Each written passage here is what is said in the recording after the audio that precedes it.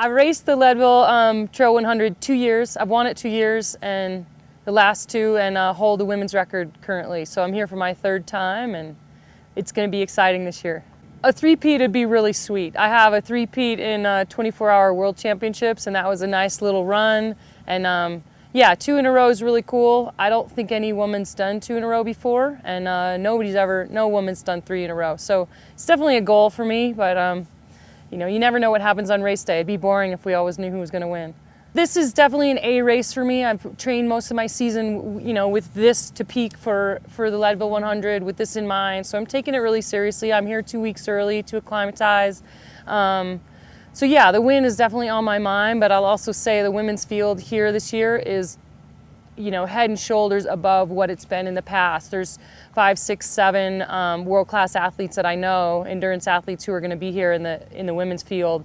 So, you know, it's going to be an entirely different race, and I'm definitely shooting to, I know the time that I can do on this course if the weather's good, and so I hope I'm in the same or better shape as last year, and if that places me on top, I'll be super stoked. If it doesn't, then, you know, hats off to somebody who can go faster than 7:47, because that was, for me, a really big effort for me last year to get that record, and I'm not sure I can go too much faster.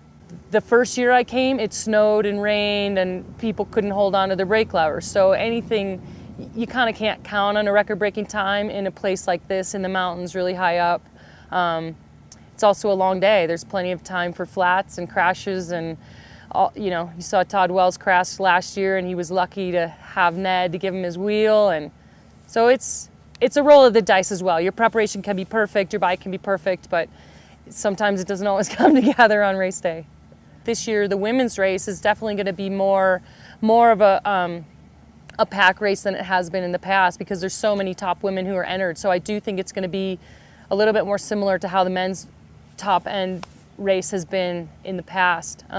But then some of it, again, it's luck of the draw. If you get popped off or you're ahead, you're out in no man's land, you have to make the decision. Do you wait? Do you keep pushing ahead? And I think it's hard for mountain bikers. It's definitely hard for me to slow down in a race and wait for somebody, knowing that that might be faster. It's taken me a few years to learn that roadie mentality, for sure.